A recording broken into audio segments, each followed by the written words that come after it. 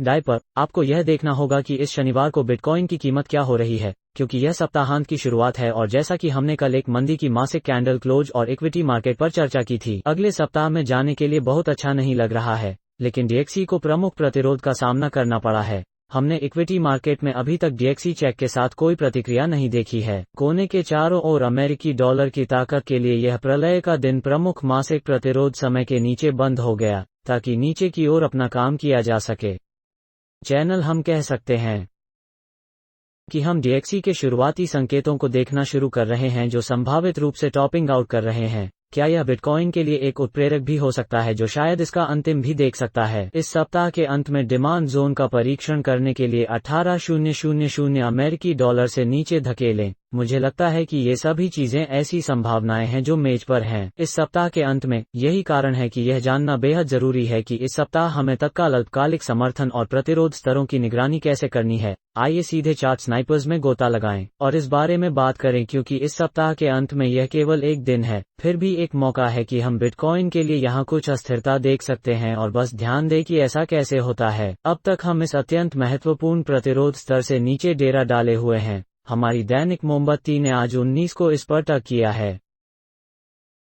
417 यह पिछला साप्ताहिक खुला है, इसलिए यह एक अत्यंत खुला है महत्वपूर्ण मोमबत्ती और आप हमारी साप्ताहिक मोमबत्ती को अभी भी हरे रंग में देख सकते हैं। भले ही SP 500 में एक बहुत ही मंदी वाली साप्ताहिक मोमबत्ती थी और यह बताती है, मुझे लगता है कि यह बिटकॉइन कैंडल निश्चित रूप से अगले 24 घंटों में यहां बदल सकती है ताकि सप्ताह बंद हो सके। आप साप्ताहिक मोमबत्ती को कम से कम में बंद होते देख सकते हैं। 24 घंटे हमें इस तथ्य से अवगत होना चाहिए कि इस सप्ताह के लिए इस करीब आने के लिए कुछ नकारात्मक अस्थिरता हो सकती है अगर हम सिर्फ SP की नकल करते हैं। 500 ने किया है और बहुत से लोग कह रहे हैं कि शायद बिटकॉइन SP 500 से दूर हो गए हैं, लेकिन जरूरी नहीं कि हमारे पास वहां बनाने के लिए एक मजबूत मामला हो, क्योंकि अगर हम बिटकॉइन को इसके खिलाफ देखें। जासूस, यह एक कस्टम चार्ट है जिसे हमने अभी तक प्रमुख प्रतिरोध को तोड़ना बाकी है और हम अभी भी निम्न ऊंचाइयों का निर्माण कर रहे हैं। यह दर्शाता है कि हम अधिकतम हैं। SP 500 के खिलाफ बिटकॉइन की ताकत के साथ बिटकॉइन के लिए इस प्रमुख प्रतिरोध पर बैठे इक्विटी बाजारों के खिलाफ कोई और ताकत खोजना कठिन होगा। निचला ऊंचा, अब तक वास्तव में हम इसे एक अवरोही त्रिकोण मान सकते हैं, जैसा कि हमने कल बिटकॉइन के लिए SP 500 के खिलाफ ताकत के बारे में बात की थी।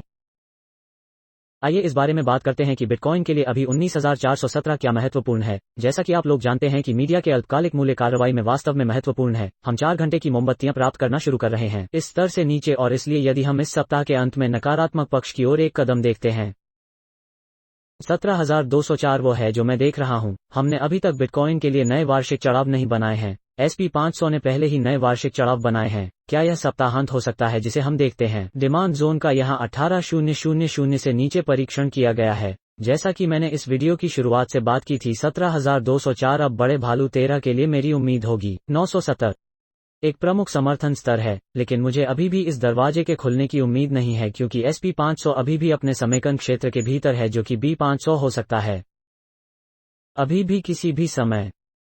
संभावित रूप से एक कम स्तर का निर्माण करने के लिए उलटफेर करें। हम यह नहीं कह सकते कि हमने इस क्षेत्र से दूर संक्रमण किया है जब तक कि हम अधिक मंदी की कीमत की कार्रवाई नहीं देखना शुरू करते हैं। और ऐसा क्यों करते हैं? हमें अपने दिमाग को उस परिदृश्य के लिए खुला रखना होगा। ठीक है, डीएक्सी ने इस प्रमुख प्रतिरोध स्तर को अस्वीकार कर दिया है जिसके बारे में हम बात कर रहे हैं, और आप देख सकते हैं कि हमारे पास 2 लाल दैनिक मोमबत्तियां थीं डीएक्सी के लिए, लेकिन SP 500 ने वास्तव में बहुत अच्छी तरह से प्रतिक्रिया नहीं दी। कि आप देख सकते हैं कि हमारे पास एक हरी और एक लाल दैनिक मोमबत्ती थी, जिसके बाद एक लाल दैनिक मोमबत्ती के साथ बंद किया गया था। इसलिए SP 500 ने अभी तक उस उल्टा सहसंबंध को नहीं देखा है, भले ही वे विपरीत रूप से सहसंबद्ध हों। और इसलिए क्या हम इक्विटी बाजारों के लिए खुले में आने वाले उस कदम के भंडार में हो सकते हैं रविवार? मुझे लगता है कि यही कारण है कि हमें इस संभावित परिदृश्य को उस मेज पर रखना होगा जहां बिटकॉइन SP 500 की तरह ही कम स्तर का निर्माण करता है, और यह इस सप्ताह के अंत में स्नाइपर्स भी हो सकता है।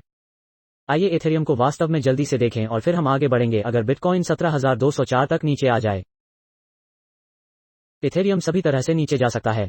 $909 के लिए संभावित रूप से उस समर्थन स्तर का फिर से परीक्षण करने के लिए, उस बाजार संरचना का पालन करने के लिए। हम निश्चित रूप से इथेरियम के लिए ऐसा नहीं देखना चाहेंगे, क्योंकि यह इथेरियम भी मान लेगा। बिटकॉइन चार्ट 65,000 सातोशी से नीचे आता है, जो इथेरियम से बिटकॉइन चार्ट के लिए अभी सबसे महत्वपूर्ण समर्थन है। इसलिए इस वीडियो स्नाइपर्स का मुख्य बिंदु सिर्फ इस तथ्य को संबोधित करना है कि नंबर एक बड़ा पहेली टुकड़ा अभी यह है कि DXY ने एक प्रमुख मार्केट स्ट्रक्चरल को हिट किया है।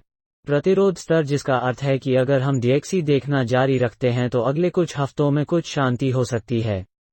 इस वार्षिक उच्च स्तर से नीचे की यह अभी बना है और SP 500 भी कम बना रहा है, लेकिन यह इसके समेकन से दूर नहीं हुआ है। अगर हमारे पास एक डबल बॉटम है तो क्या होगा? कम जगह में यह कुछ ऐसा है जिसके लिए हमें अपने दिमाग को खुला रखना है।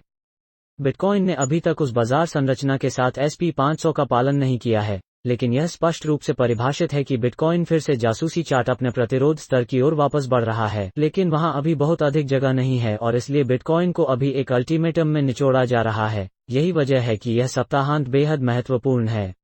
क्या बिटकॉइन संभावित रूप से अगले 24 घंटों में यह कदम उठा सकता है? मुझे लगता है कि यह टेबल स्नाइपर्स पर है। नीचे दी गई टिप्पणियों में अपने विचारों को सुनना पसंद करूंगा। यदि आप इन सप्ताहांत अपडेट का समर्थन करते हैं और चार्ट की निगरानी करना जारी रखते हैं तो YouTube एल्गोरिथम के लिए लाइक बटन को तोड़ दें। DX1 SP 500 हमें यहां एक अत्यंत महत्वपूर्ण रेंज में प्रमुख पहेली के टुकड़े और बिटकॉइन दे रहा है। 19,417 तत्काल अल्पकालिक प्रतिरोध और फिर 17,204 तत्काल अल्पकालिक समर्थन स्तर। अगली बार स्नाइपर्स होने तक आज चैनल में ट्यून करने के लिए आप सभी को धन्यवाद।